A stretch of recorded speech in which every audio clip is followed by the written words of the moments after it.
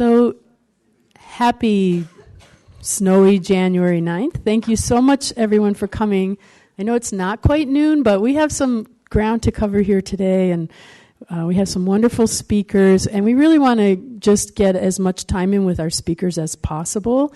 I am the executive director for the Montana Preservation Alliance, and we're based in Reader's Alley. We've been for 30 years championing historic preservation and the stewardship of our wonderful heritage resources throughout Montana. And in the last few years, we've been very involved with this discussion about Central School and the potential for rejuvenating the building. We've done a ton of work. We've looked at all the reports and plans. We have some wonderful information to share with you today, just really pointing toward the total feasibility of renovating the building and having it just be as beautiful and as modern and in service to 21st learning standards as pretty much any other building that you might think of. And this is the first slide that will kick off our discussion, but I want to just point out, Helena has this very intact historic skyline despite the legacy of urban renewal. And Central School and 7th Avenue Gym are embraced in that skyline, been on the National Register since the Historic District was created in 1972, and have been, housing our children and providing a wonderful place for them to learn for over a century now. I'd like to introduce three people who have put a ton of time and effort into what you'll hear today. Ellen Baumler, who's just, our favorite hometown historian. She's the interpretive historian for the Historical Society here. Done a lot of really, really good work, very thorough and in-depth on the history of Helena and the legacy of, all the buildings and the heritage of the community. So she'll be talking about the significance and the evolution of Central School. Dustin Kalanick, who is on our staff, he's our staff architect and restoration director. You may or may not know, formerly he was with SMA, and he was the project director for the Blue Cross building, among other things. So he's looked very hard at the district's targets for what is set according to the Wyoming standards and other state standards for educational facilities, and really has some nice information to share and some floor plans about what could be done with the central building.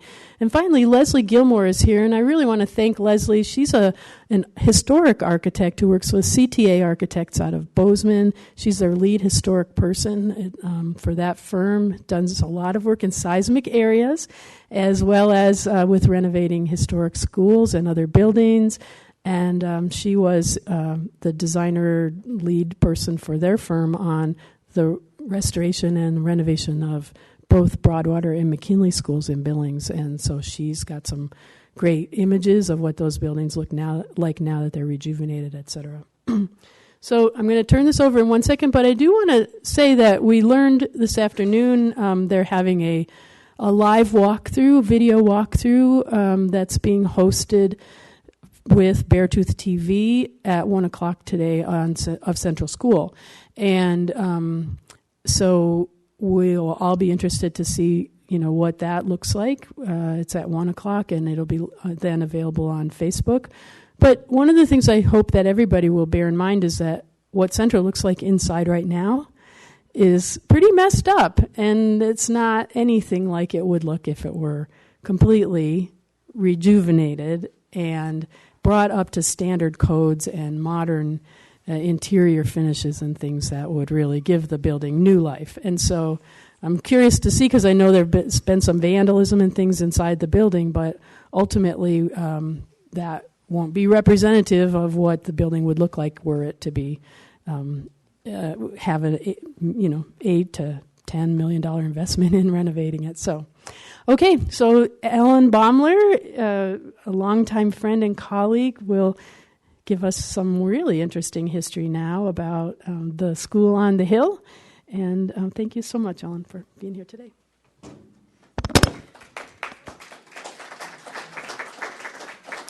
Thank you all for coming. It's really great to see on such a snowy day so many So many faces in the audience. So I have 15 minutes to share with you a ton of information. And my job really is to, I think, share with you the history of the prominent rise that is most visible on Helena's historic landscape. This viewshed is tied to the very earliest roots of the community, and it's not only important for generations of children, but it's also important for our local economy. Tourism, as you probably know, is Montana's fastest growing industry, and Helena, as a midpoint between Glacier and Yellowstone National Parks, is a key place. Visitors come here to experience a history that no other Montana community can boast, and to enjoy our historic landscapes that include Central School and its near neighbor, the St. Helena Cathedral, which is the true focal point of our town. Whatever happens on that rise has the potential not only to affect our children, but also our economy and the legacy that we will leave for future generations. So where is my clicker? There we go. So the most prominent site probably in Helena is that hump there, which is the Fire Tower Hill before the fire tower was built on it. And the death in 1865 of Rodney Pocock prompted the need for a cemetery. And so the hill there was needed for protection. And so really the next most prominent spot would be that area where Central School was later built. And by 1868, you can see there at the top of the plat map, this is the first plat map that was drawn of Helena, and you can see that the cemetery was located right up there at the top, right on the grounds where Central School would soon be built. In March of 1866, Virginia City opened the first public school. Just a few months later, in September of 1866, Helena's first public school opened in a small cabin on the corner of Broadway and Rodney. But then when the capital moved to Helena in 1875, construction began on the very first graded school in the territory. It was located on this very impressive rise, and of course that entailed the removal of the first cemetery. Graded school number 1 cost $20,000 more money than had been spent on all of the schools existing in the territory at the time. Classes began January 4th in 1876. The basement housed the very first kindergarten in the territory, the first division of students into graded classrooms, and the very first high school program in the territory of Montana. There were 7 classrooms with 60 students in each classroom and an auditorium that had a capacity of 450 students. School began every morning with an assembly. Students gathered in the assembly room and had their opening exercises before dispersing to their classrooms. Public school was free to residents, but there were a number of students who did board from other places, from other counties, other communities. Tuition was $2 for elementary students and $4 a month for high school students. According to Wilbur Sanders, the cemetery was still being used as Central School was opened, and he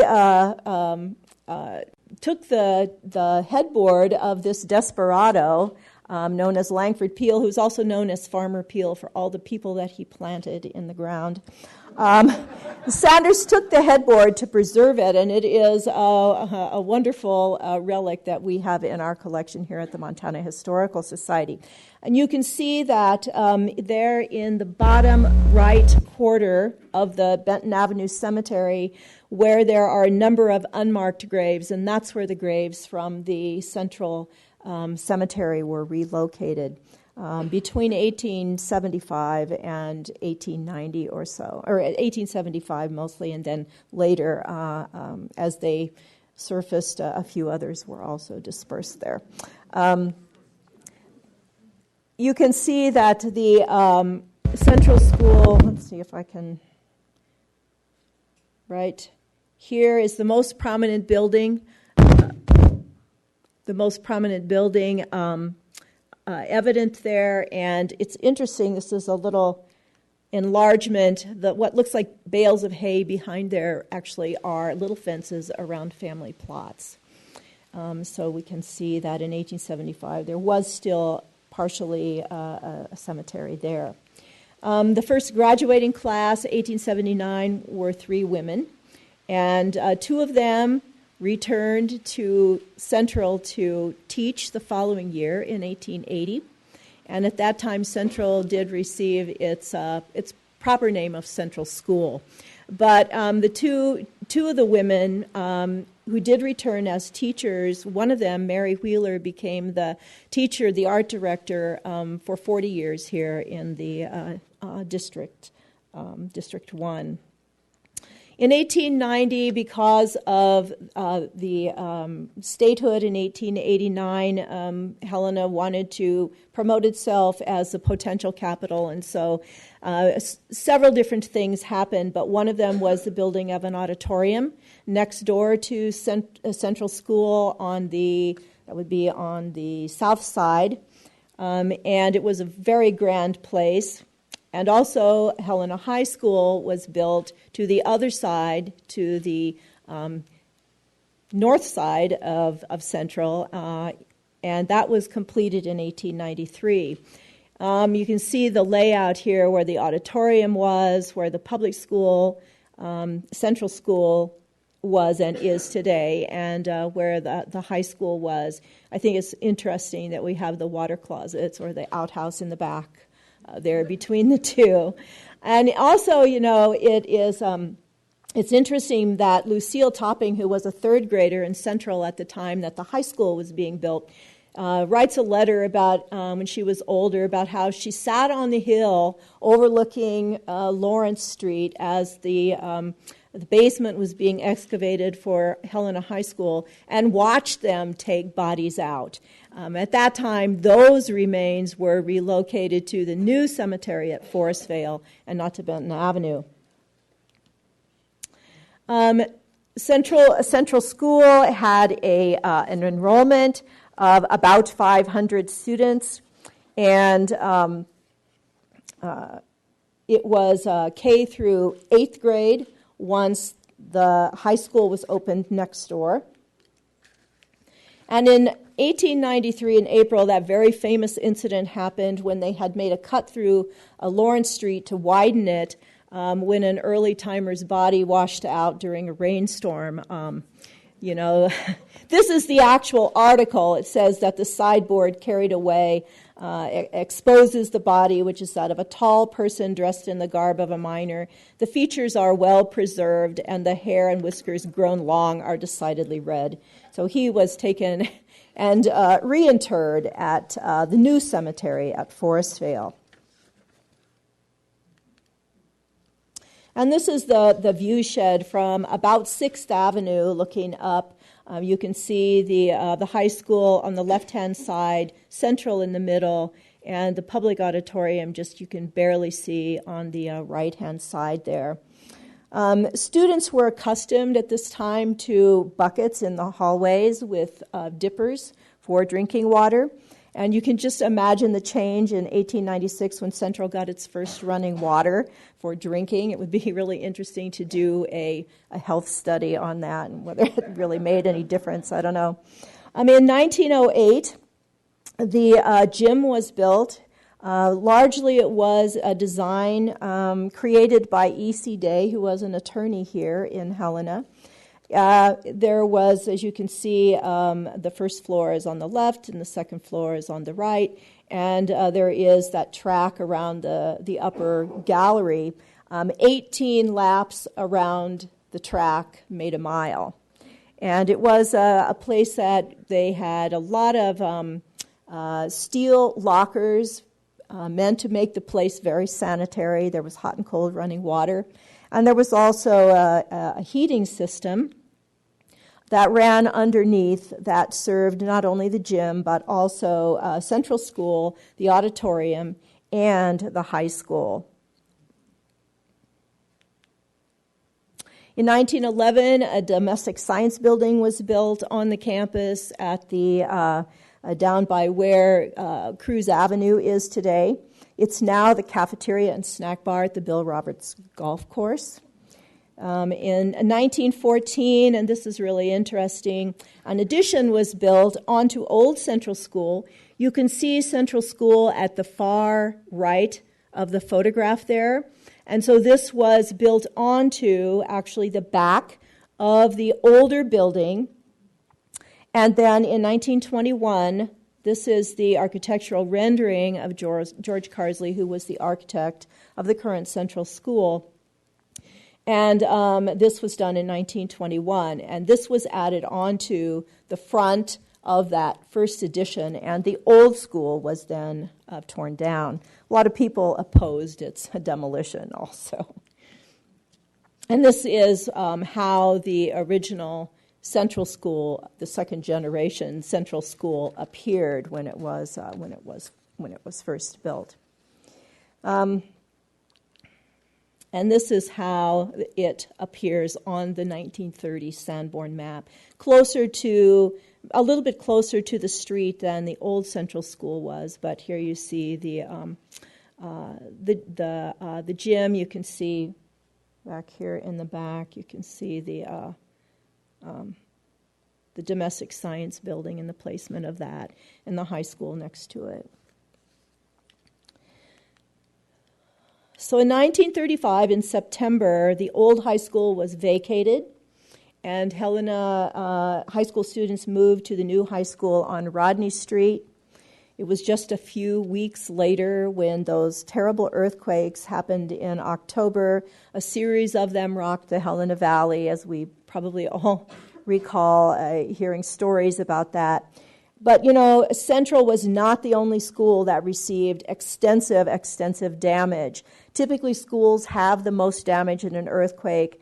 It was the new $1 million high school that you see here was almost totally demolished, and I have a few interesting photographs.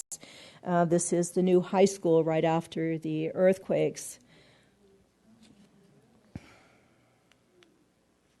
I recall that exact spot in the front door there. You can probably relate to that if you've been in the building. Bryant School was destroyed.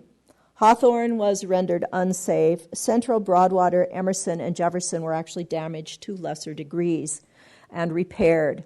At the time, Central School had 600 students.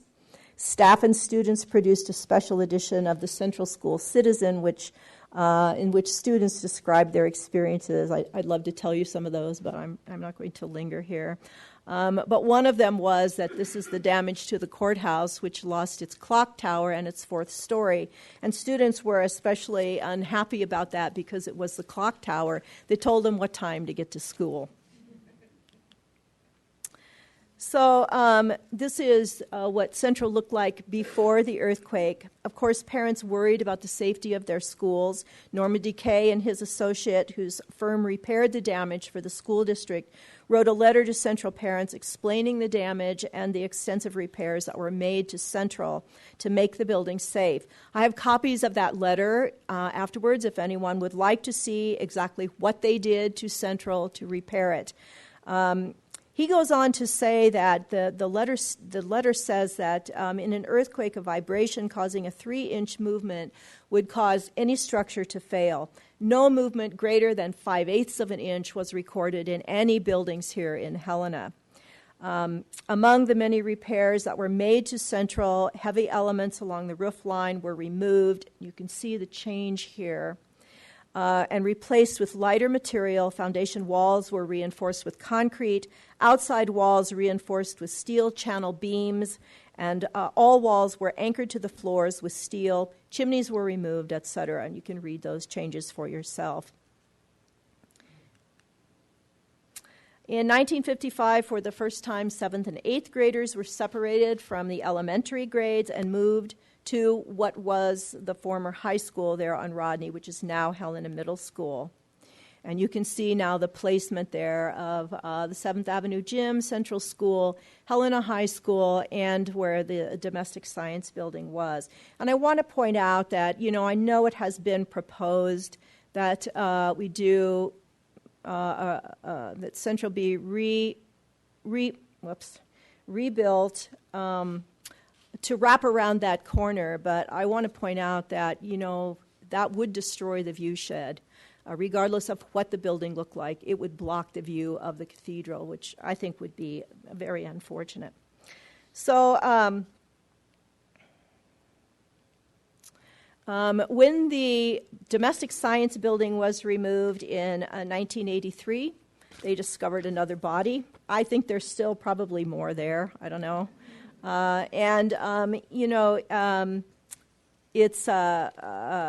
It's really interesting to look at Central now, because you can see that the building suffered some indignities, and it's in rough shape now. But even before that, in the 1990s, the ceilings were lowered and the windows were shortened. And it really prevented, the light streaming into the classrooms as the building was designed to have. And it makes the building much more dim because those windows have been changed. Students also in the later 1990s, early 2000s, did a project paving the sidewalk with brick. Sidney Silverman Lindauer was a friend of mine who died at the age of 100 and has a brick here that was installed posthumously. She graduated in 1919 from the 8th grade at Central.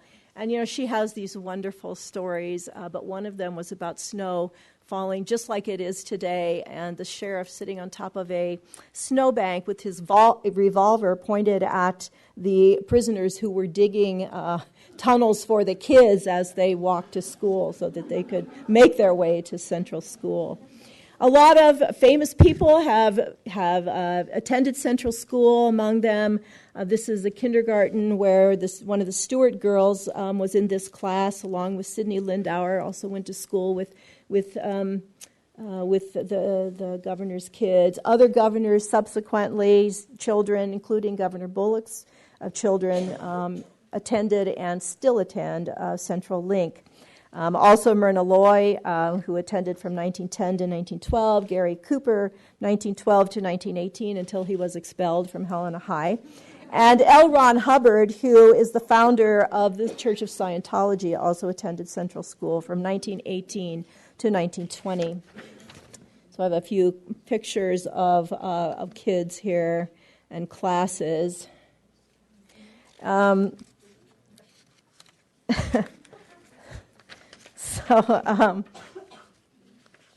Sorry.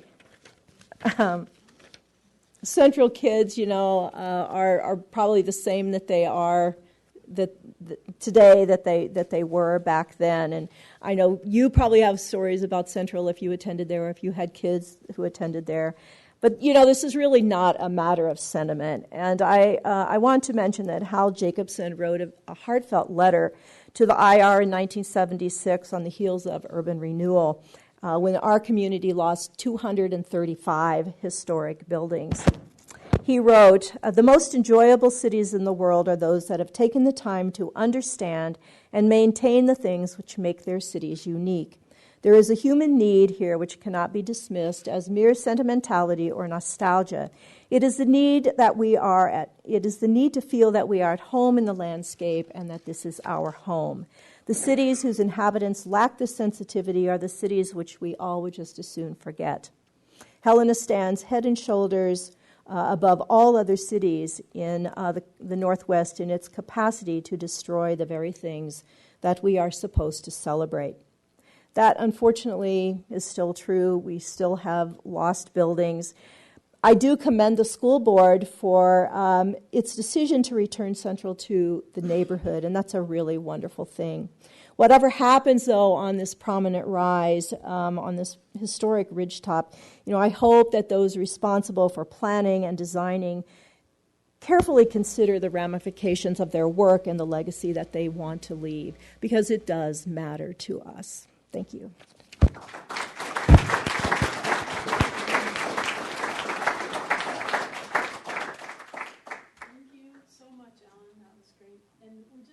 Questions at the end, because we have the room until 1:30 or beyond, and we'd like to offer the time for panel discussion. So if you could just hold on with your questions, we'll keep on rolling. This Leslie Gilmore will now transition to her slideshow that includes a lot of really cool photographs of interiors of renovated schools. So I don't know how to turn this on, so I think I'll just use that. On the top. Oh. Thank you. Thank you, Leslie, for coming from Bozeman today to do this. Thanks for members of the school board for attending and being here with us. I saw Mary Farman coming, so it's really nice to have such a big crowd here today. Sorry, I'm trying to find it now. Things are just spinning. Ellen's always a hard act to follow, though, I must say. She brings out the poignancy, and there's always laughter, but also the soberness of what we're dealing with. And I'm still waiting for it to spin. Do you know why that? Oh, is this okay? Oh,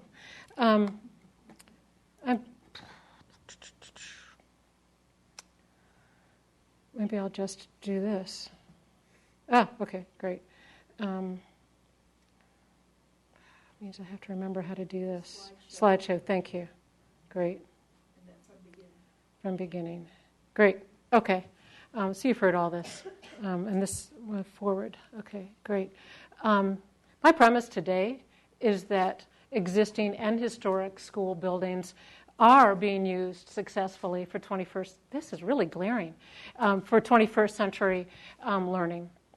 And they can also be renovated to comply with current building codes, including seismic requirements, which I liken to mechanical, electrical, fire protection, and these other requirements that are commonplace for renovating. Can you hear me? Great. Commonplace for renovating our buildings. So I'm going to start with a case study of Broadwater and McKinley Elementary Schools in Billings. And then I'll end with a bit of a survey of other buildings, other school buildings across the states, primarily in the western states that have seismic activity, to show you that these success stories are not isolated success stories, but are ones that are occurring pretty frequently throughout the states. And this is also not a new issue. One of the examples I'll show you is from 1986. That's when they first voted to demolish the building. So one of the basic premises, I guess, is, what is 21st century learning? And I know Dustin will certainly cover this as well, but you did hear, this feels better over here. You did hear Ellen talking about natural light and the windows. And so I hate to, don't worry. The rest of the slides don't have this much text. I hate to do this, but I also couldn't remember all this stuff. But it's, natural light. We're talking about different learning and teaching styles. It's not just me standing up in a classroom like this. This is not how it's all done across the states now. It's changing. And there's a lot more movable and portable stuff, and kids doing one-on-one and little small groups and breakout sessions. So it's not the standard way of teaching. Doesn't have to be the standard way of teaching that we've been seeing. We also have social interaction spaces because kids need to interact with other kids of different ages. And technology, obviously, we need to be wired. But there are different sized classrooms. And you'll see that the largest are typically learning studios from 800 to 900 square feet. Cher touched on the fact that I keep looking for Dustin, there he is, that Dustin was using the Wyoming standards. Frankly, there are sort of national standards, but each state has different standards, and Montana does not have standards for what these classroom sizes should be. So that's probably why he went to Wyoming.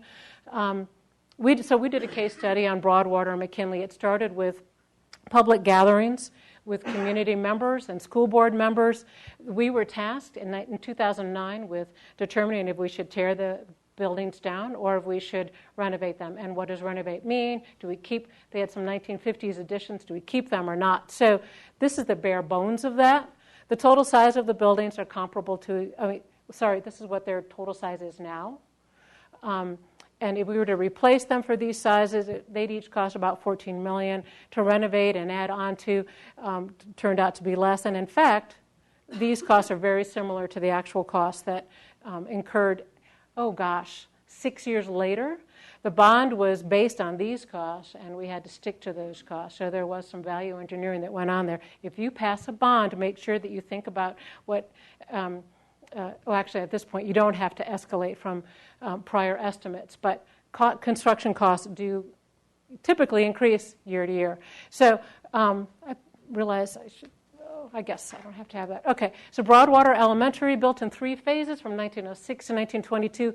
We'll go into some more depth into Broadwater, and then its companion, McKinley, will sort of gloss over but give you some of the highlights. Beautiful stone masonry building, unreinforced. So since the school board and the community had decided to renovate the building, I guess I didn't say that in the outline there of the cost.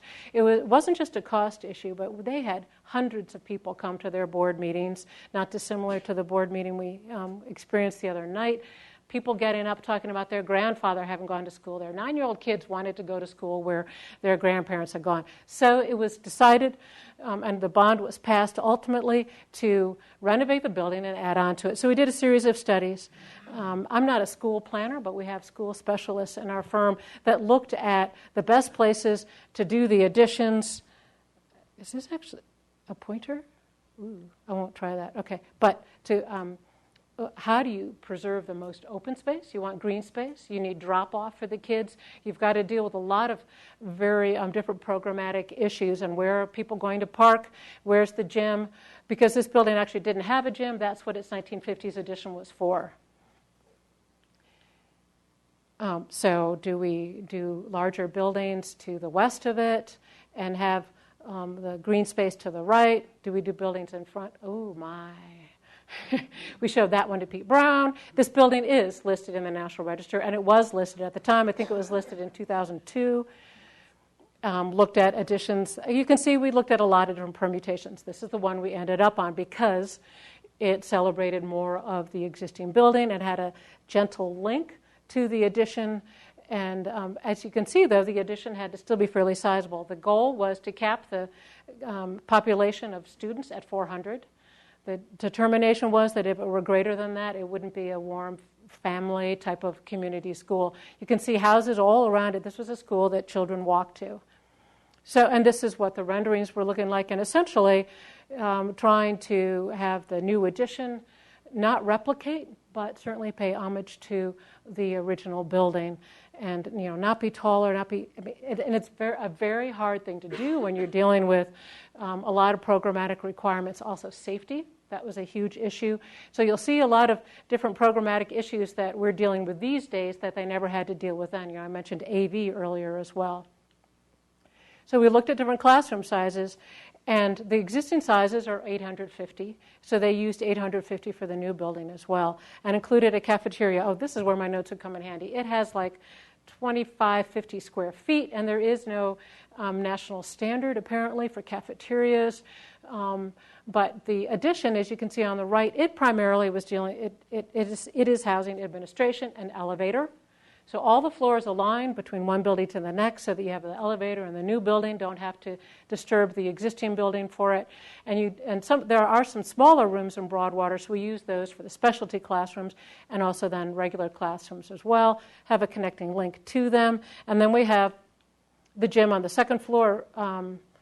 It's about a 4,000 square foot gym, which apparently is about the national average. So forgive me if I throw out national average versus Wyoming average. There are averages, but they aren't necessarily standards, okay?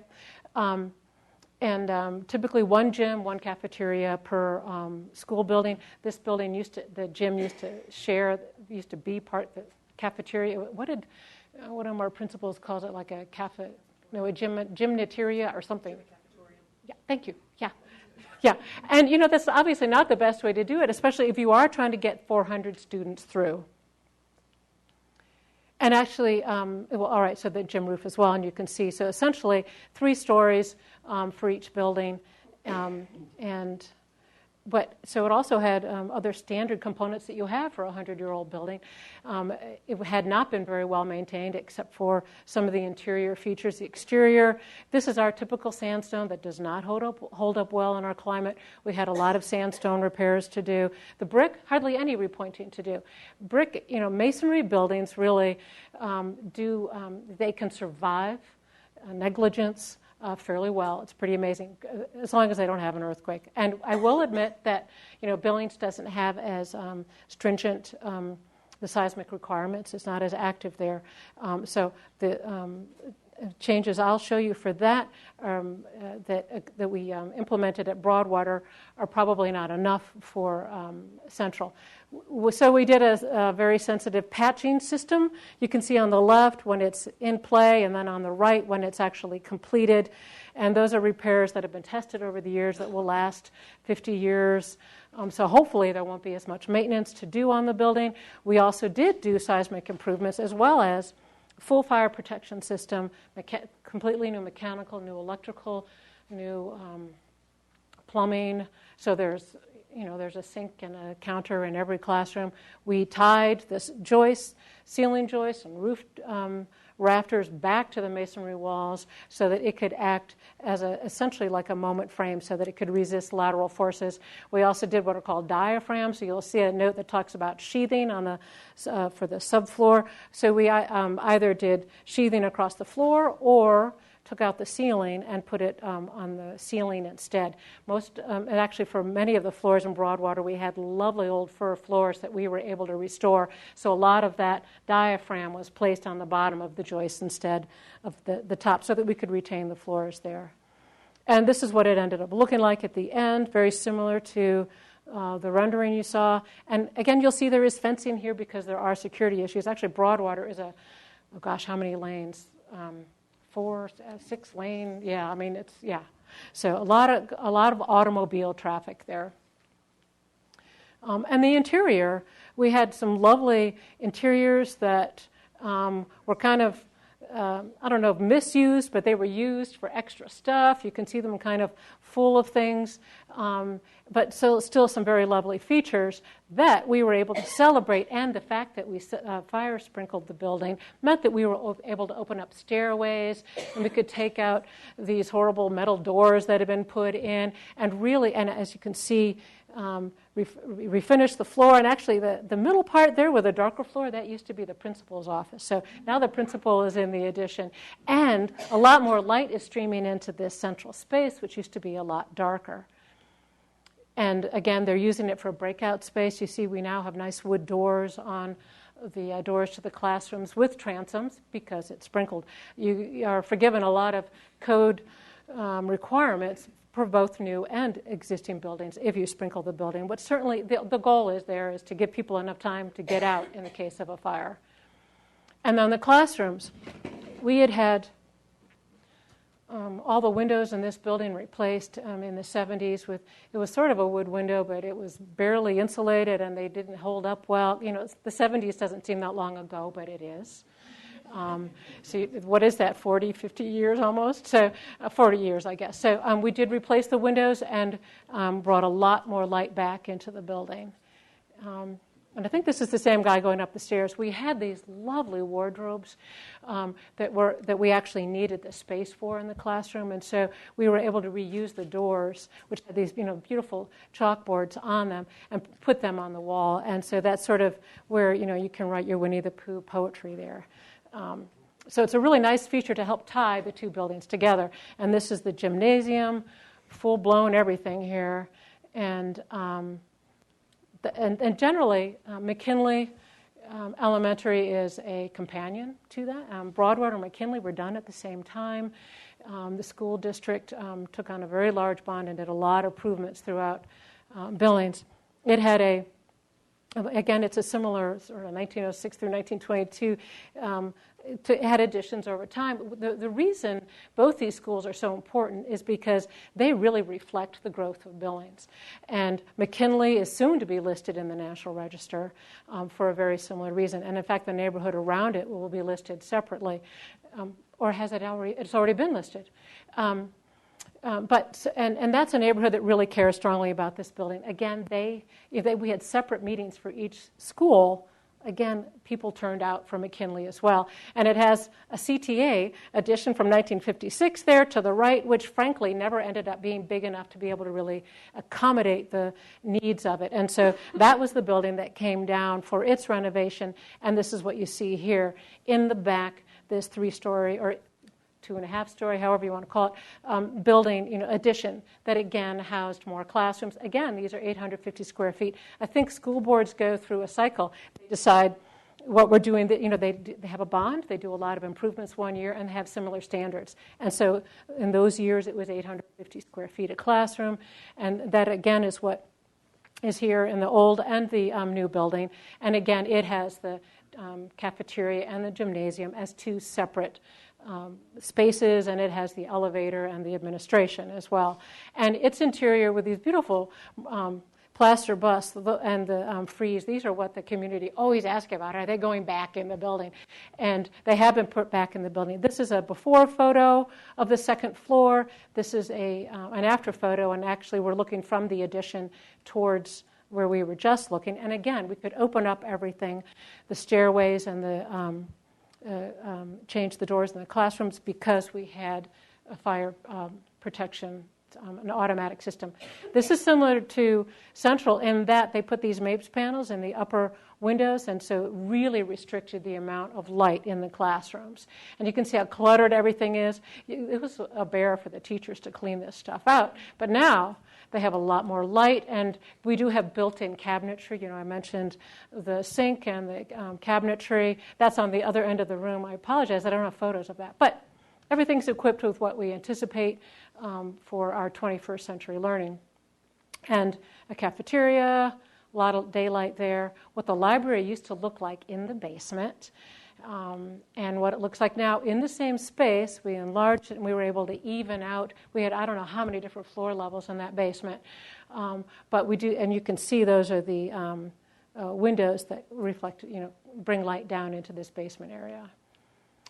And again, the stairway was enclosed, not originally, but in the I think it was the 70s. And now it's all open. And because we actually had more stairs than we needed for egress, there were like 3 stairs all in a row, 2 on either side and 1 in the middle. We were able to close off one set of stairs to use as an informal, natural breakout space that the kids just, always like to hang out on stairs, don't you? Well, now you can without worrying about people running past you going down the stairs. We did this in a very short time frame. Once I finally got the bond passed, we started design in January 2014. Of course, my bid package was the first one that had to go out so that we could do masonry restoration the summer of 2014. We also had the summer of 2015. School was in progress, so we could not work during the school year. So the construction occurred during the summers. And we had a summer of 2016, if needed, actually Broadwater inched into that a little bit for some extra work that they decided to do. But so this was all done essentially within a year and a half, despite the fact that we had school and play. And I think we had 5 bid packages for McKinley and 26 for Broadwater in order to get things moving very fast. One thing that we did not do in Broadwater or McKinley was what we call moment frames for seismic reinforcing. This is something that we do in Montana all the time.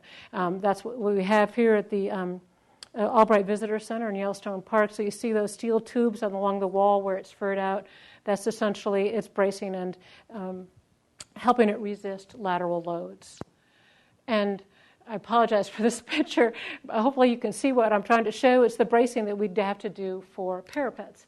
So if we put new parapets or taller parapets, we would brace them back so that they wouldn't fall over. That's part of the seismic code as well. Now, as I mentioned, this is where I need my cheat sheet because I wasn't personally involved in these projects, but Sherrod asked me to try and show other similar projects, and there's a slew of them.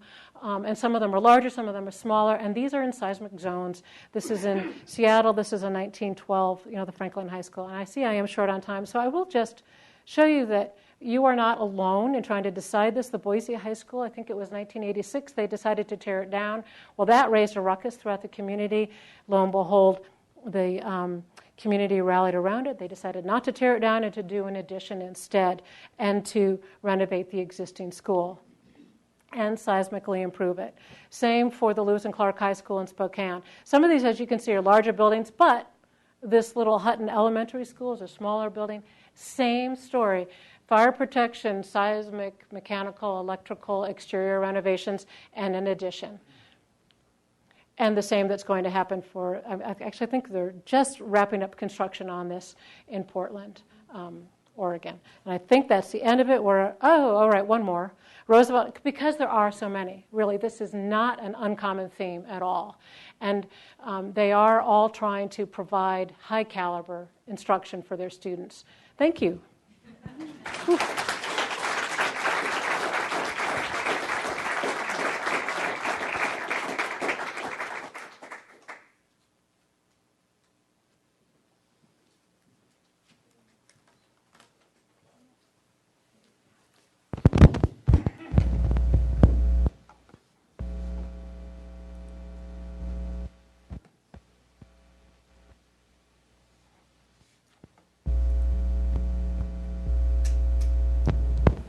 Right, I'm buzzing here.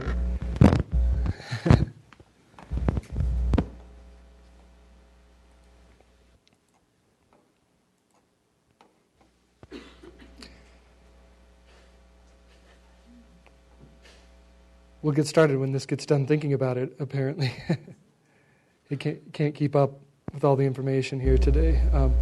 So certainly like to thank Leslie and Ellen for those really thoughtful presentations, and thank you all for braving the storm and the roads and the parking situation, and taking time out of your lunch to get here today.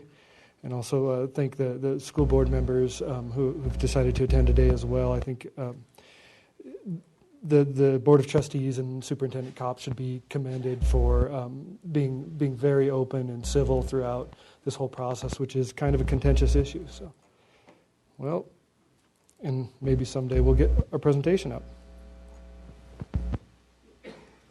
There we go.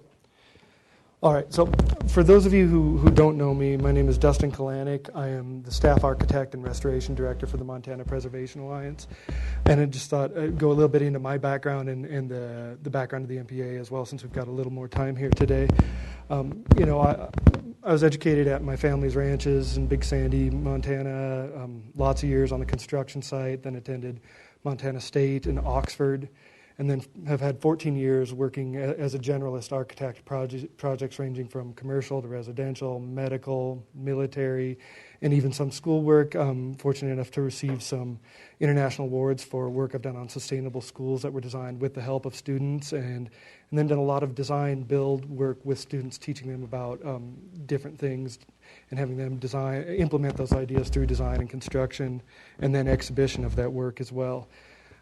So hopefully I'm coming at this from a point of view that's not just solely preservationist, but looking at the whole world of architecture and considerations of new buildings as well.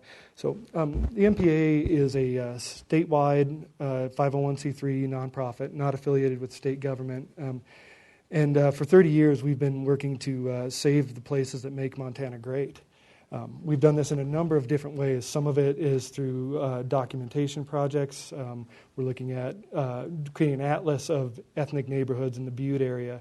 We're surveying all of the 1,600 one-room schoolhouses throughout the state, and getting a number of projects on the National Register as well. Another big focus we have is education and training, which goes from connecting landowners with resources to actually working directly with preservation crews for the BLM, the Forest Service, Glacier National Park, Yellowstone National Park, and teaching them the best practices through hands-on instruction. We actually conduct a lot of restoration work ourselves, and are in fact developing a historic building in Lewistown right now. And then, of course, advocacy. When a property is endangered, in imminent danger of being demolished, and the community invites us in, we stand up for those projects, and we have a certain amount of expertise and capacity as well. And some of those projects were the Tongue River Corridor, which is a really important cultural site, First Peoples Buffalo Jump, the Missoula Mercantile, Central School in Roundup, and of course Central School here in Helena. So and we just try to show up when the bat signal goes up. We're there. So part of my presentation, or the desire here, is to maybe turn down the heat a little bit on this issue and de-escalate things a bit. And there's a lot of information out there that can help us do that. And so I think the major part of that is just reminding ourselves of the whole scope of this bond issue, and that's not just about Central. It's a very important issue, and it's become a hot issue, which is why we need to address it in depth. But realistically, many people in the community are choosing to take sides on this issue when it represents less than 2% of the entire bond. And Central represents 12% of the entire bond. And so I think it's just good to remind ourselves that there it is a bigger issue, and there's a lot more at stake. And we need to not be so hung up on some of the details, because they can be addressed, and it represents a fairly small portion of what we need to invest in our schools. So I think we also need to remind ourselves that it isn't a black and white choice between old and new, between nostalgia and progress, between building history and a quality education, or spending money on a brick instead of a book. I think we need to remind ourselves. I've been thinking about this a lot and trying to find out what kind of really objective criteria we can get, as a voter, as a citizen, and priorities that we would hope our board would have as well. And I think these sort of three themes emerge. Safety. We want to be sure we know our kids are going to be safe when they go to that school, and that's on a day-to-day basis, in the event of a disaster or, God forbid, active shooter situation, and just general site security as well. Quality, I think that's just goes into, what's in that environment, the finishes, the quality of light, environmental health, and that it's functioning the way it needs to for students and teachers. And then, of course, value.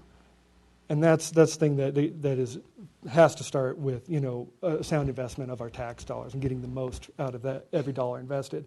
But it also, I think sustainability is a major consideration in the value of it. Getting kids back into the school as soon as possible is a major component of value. And overall community benefits, which is the historic value, the architectural value, its contribution to the sense of place, support from the business community, this wide range of options that many people have spoken very eloquently about. So, again, just trying to have us take a step back and realize that regardless of which side of this issue you're on, we have some common ground, and our big priorities are all the same. So, first addressing safety. The board recently asked for cost estimates that would compare apples to apples, a new school versus a renovation. So just by that logic alone, safety can't be the thing that sways the vote on whether to save Central or not, because they're asking for this cost comparison at the same level of safety. And realistically, this building is governed by the International Existing Building Code and the IBC. I covered this in my last presentation, but in all major issues regarding life safety, because of the extent of the renovation, all matters of life safety are governed by the modern code, the International Building Code, which means that by laws adopted by the state of Montana and the city of Helena, it has to be as safe as any new building. And again, that shouldn't sway the vote. And this is sort of borne out by the cost estimate from the last. The last bond, and I don't have this information up here to bore you or to pick at it necessarily, but just to show that there is a conscious investment in these things, addressing hazardous materials, accessibility, elevators, structural upgrades, automatic sprinklers, fire alarms, plumbing, electrical, and mechanical systems throughout, and communication and security systems. So it's a very, you get a lot for an $8 to $10 million investment in that school, and it's not. There is no appreciable difference in safety between a renovation and new construction for a multitude of reasons. And this is also sort of backed up even further by the general agreement among the 5 reports that the school district has commissioned as well. 5 very different firms, responsible, well-respected firms. And we have to pay attention to this information because these are the people that have to sign their name on the line. They're the ones who take the professional legal liability for life safety in these situations. And they all agree that the building can be made safe. They're all willing to take on that liability. There's probably a dozen more firms that would fall all over themselves just to get this opportunity. So I think we just have to, there's a certain degree of trust that the school board wouldn't be putting forth an unsafe building, that these people wouldn't be willing, that they're good enough and bright enough people that they wouldn't be putting us in an unsafe building as well. So again, I don't think that should be safety should not be the thing that drives this decision, because it is an apples to apples scenario.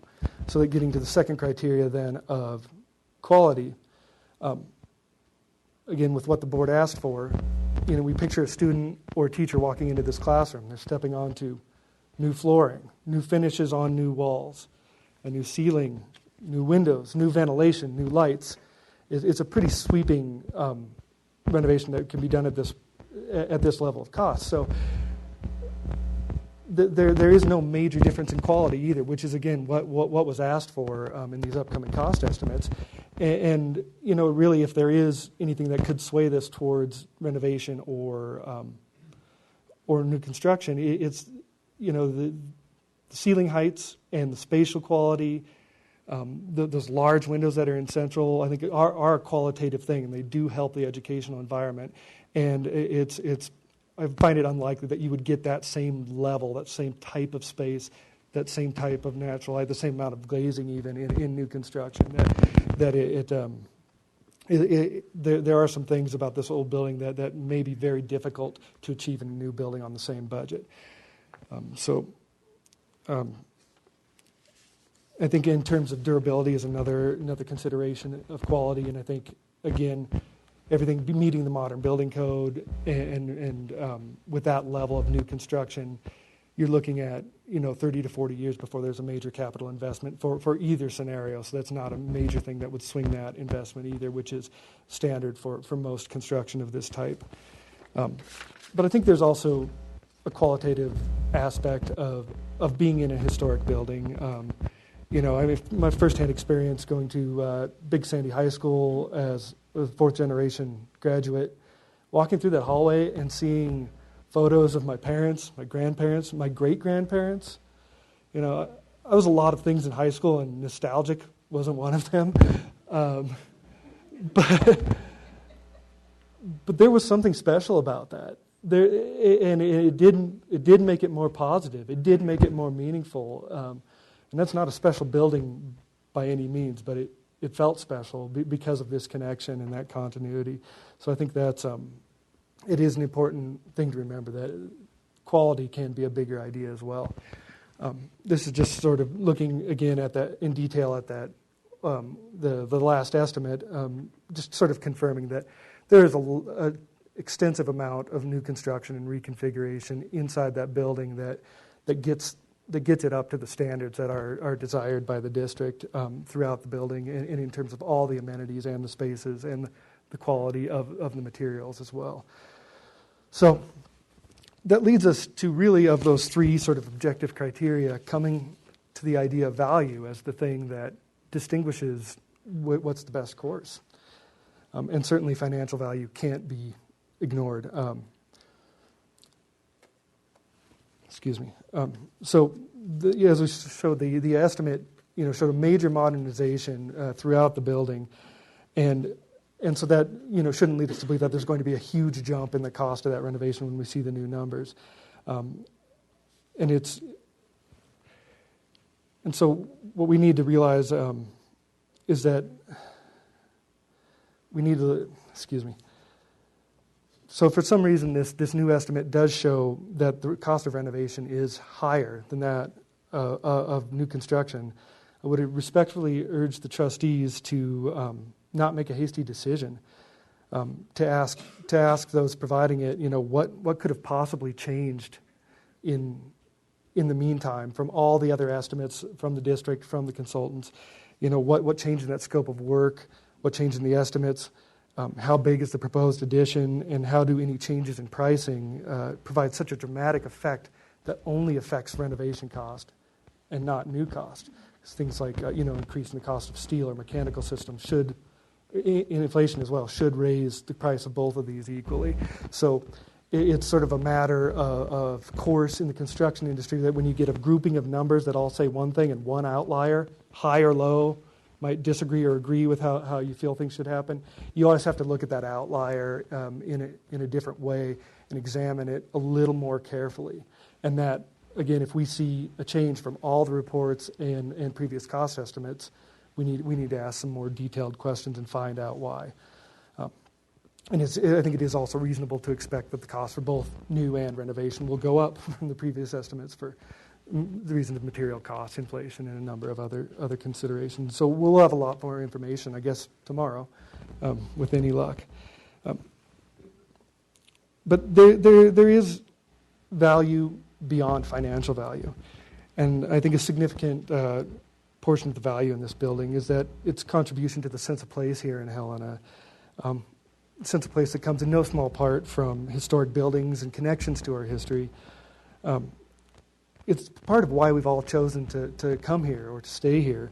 And, you can just take a glance. I mean, I bet everybody in this room can identify all these buildings in a matter of seconds because it's just an important thing of what it feels like to be here. And this valuing heritage is so ingrained in our community that it's part of how we advertise to new businesses to come into town, to newcomers to move here, tourists as well. And it's even codified in our city ordinances, in our building permit process, and in the downtown master plan. So, to voluntarily diminish this sense of place, I think requires significantly more compelling and concrete justifications than what the community has been given thus far.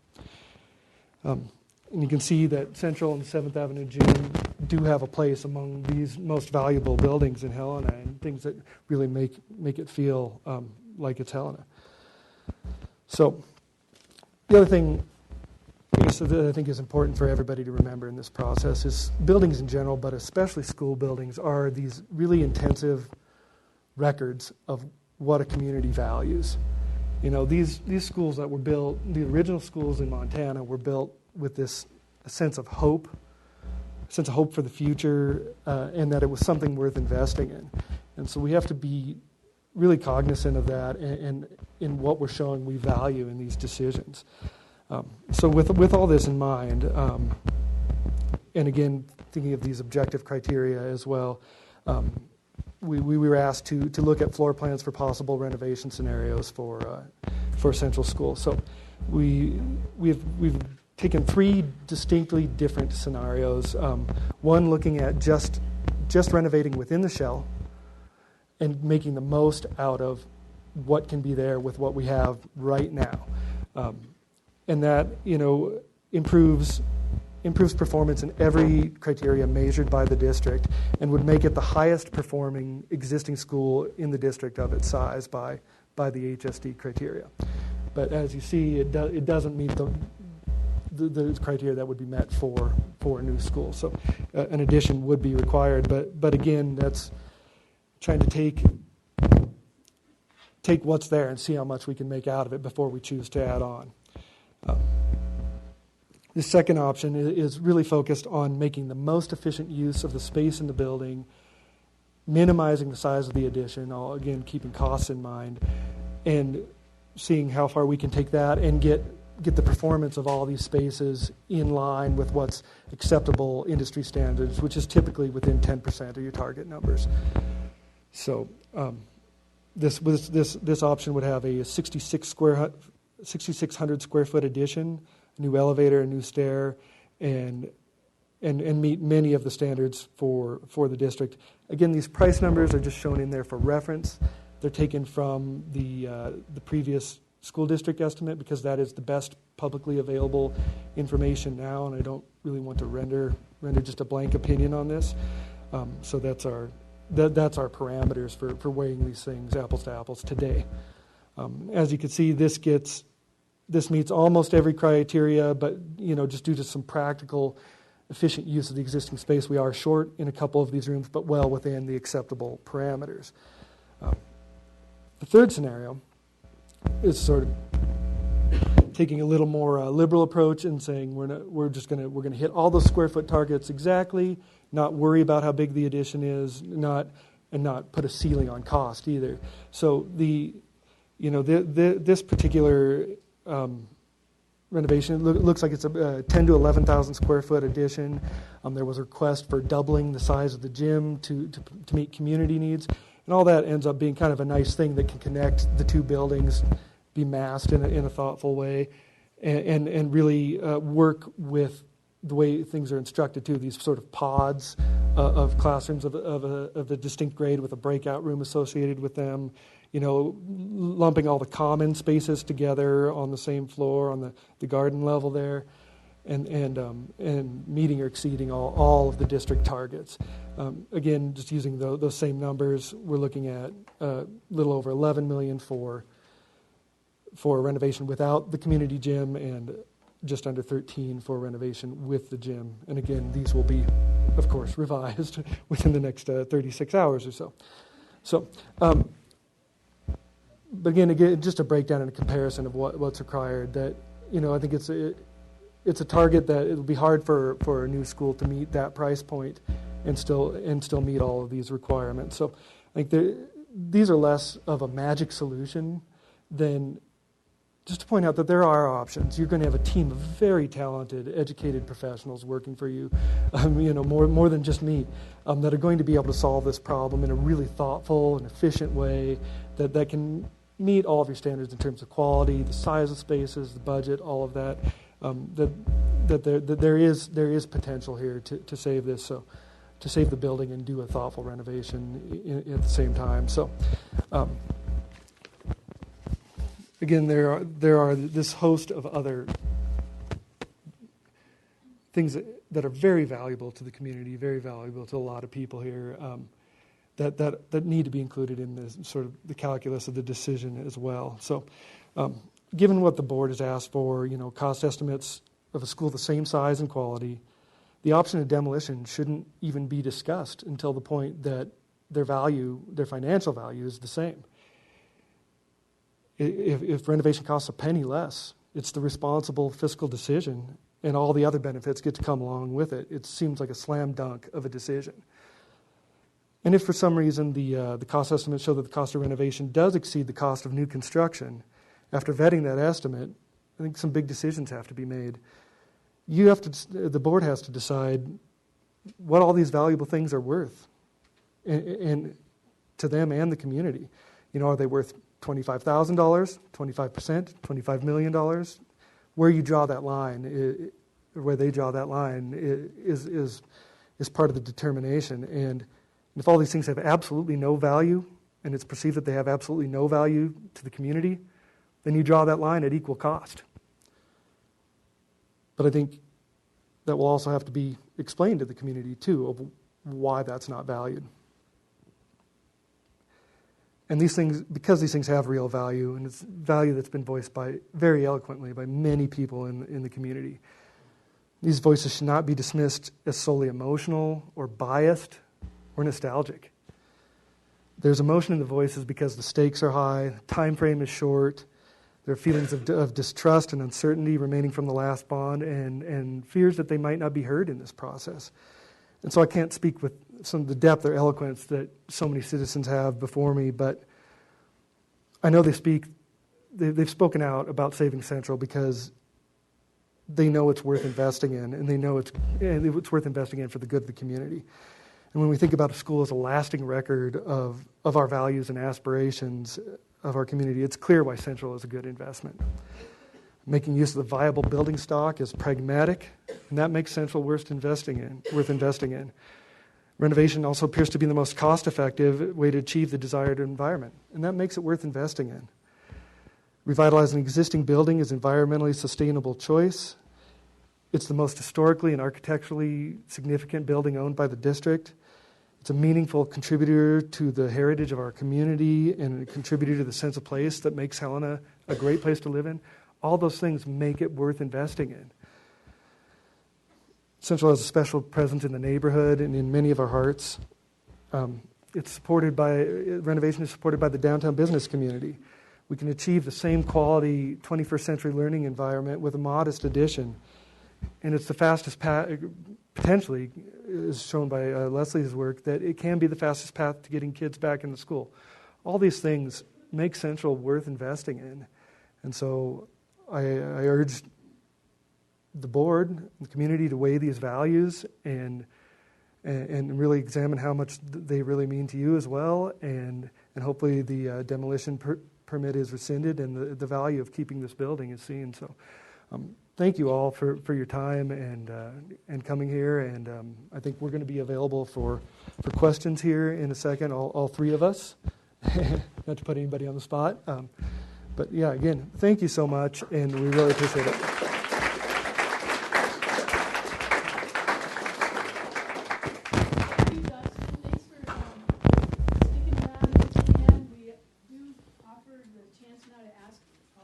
Questions you have. But before we start, I want to say it's fine if you need to sneak out. And thank you very, very much to the Montana Historical Society for hosting our discussions today, because it's really community.